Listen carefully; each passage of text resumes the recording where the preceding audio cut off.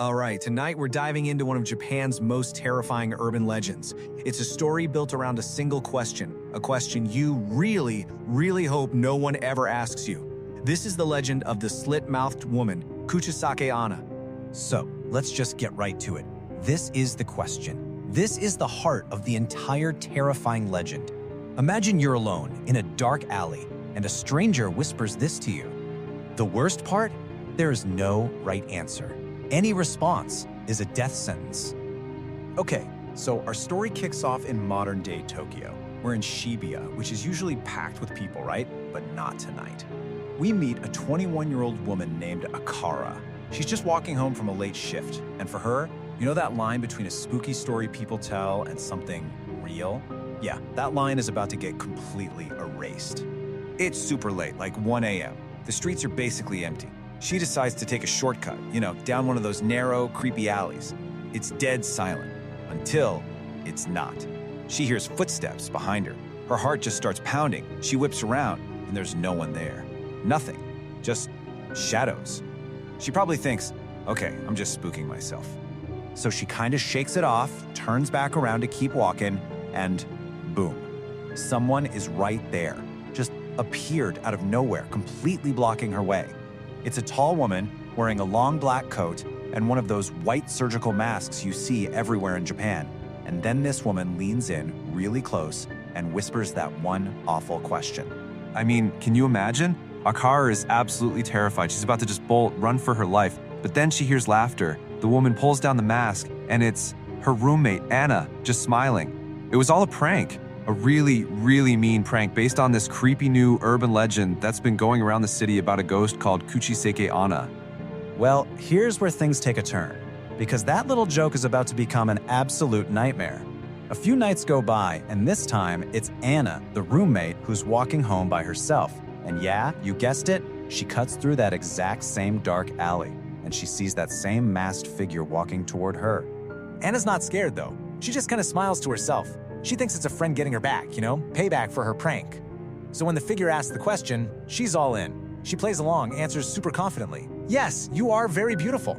She's having fun with it. The thing is, this isn't a game anymore. But nobody laughs. The voice that asked the question was totally flat, totally empty. And then the figure just asks again, "Am I beautiful?" while taking this slow, deliberate step forward. And that's when Anna sees her hands slowly moving up toward the mask. This is it. This is the moment that spooky story people have been whispering about becomes horrifyingly real. The mask comes down, and Anna's playful smile just melts. It's replaced by pure terror. The woman's mouth has been slit from one ear all the way to the other, creating this grotesque, bloody grin. And then Anna sees it. In her hand, a huge pair of scissors, just making this quiet, chilling snip-snip sound in the air. So Anna absolutely panics. She tries to backtrack, screaming, "No, you're not beautiful, you're ugly." But it doesn't matter. See, this is the legend's perfect, inescapable trap.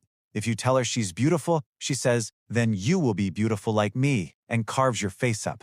But if you tell her she's ugly, well, she kills you for insulting her. There's no way out. For Anna, it was already too late. So you have to wonder, right? What creates a spirit this full of rage? What kind of awful thing has to happen to someone to fuel that kind of vengeance? To really get it, we have to go back in time, back to the tragic story of where she came from.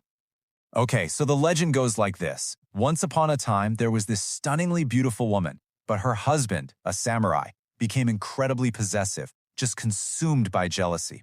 He was convinced she was cheating on him, and in a fit of absolute madness and rage, he attacked her with a pair of scissors, slicing her mouth from ear to ear. But her brutal death? Well, that wasn't the end of her story. Not even close. All right, so let's jump back to modern Tokyo. People are being found dead. The body count is climbing. The whole city is gripped by fear. And this is where a priest named Hashumoka enters the picture. He sees what's happening and decides enough is enough. I have to be the one to stop this, to stop her. So Hoshuma goes looking for her. He goes into the darkest parts of the city, waiting, and sure enough, she appears. She leans in, whispers her question, but Hoshuma is ready. He doesn't answer. Instead, he throws a handful of purifying salt at her and slaps a holy talisman right on her forehead. The spirit lets out this horrible shriek and just vanishes. It seems like he won. But it was way too easy. That victory, it lasts less than a day. That very night, she comes to him in a nightmare, and her voice is different. It's stronger. He realizes with horror that he didn't get rid of her, he actually made her more powerful. And she tells him, now the real show, the dance of death, is about to begin. And yeah, she's not kidding. The killings just explode. She's not just in dark alleys anymore. She's evolved. She can now use any reflective surface to get to her victims. Think about that. Your phone screen, your laptop, the mirror in your bathroom. People start being found dead inside their own locked homes, their faces mutilated, because they saw her reflection staring back at them. Hoshuma is just devastated. He feels like all this new bloodshed is his fault. He tried to fight fire with fire, force against force, and all it did was make things 1,000 times worse. He knows he has to go after her one last time, but this time, he can't use the same strategy. He needs a different weapon. So he goes back to that same alley. He waits for her to appear, and when she does, he doesn't have any salt or charms. This time, his weapon is the truth. He starts talking to her, telling her, it wasn't your beauty that got you killed. It was his madness. Your face was never the problem. He goes on, telling her that all this revenge has twisted her, that it's made her ugly on the inside. He tells her she's become the exact same kind of monster that her husband was. And then, he holds up a sacred mirror. He forces her to look at her own reflection and see what she's actually become. And when she looks in that mirror, she doesn't just see the scars on her face. For the first time, she sees the hatred, the ugliness that has taken over her soul. She sees that she chose to become this monster. And that truth, it's too much for her to handle. She lets out this final agonizing scream and just disintegrates into a cloud of smoke. Her curse wasn't broken by some holy spell, it was broken by her finally seeing the truth about herself.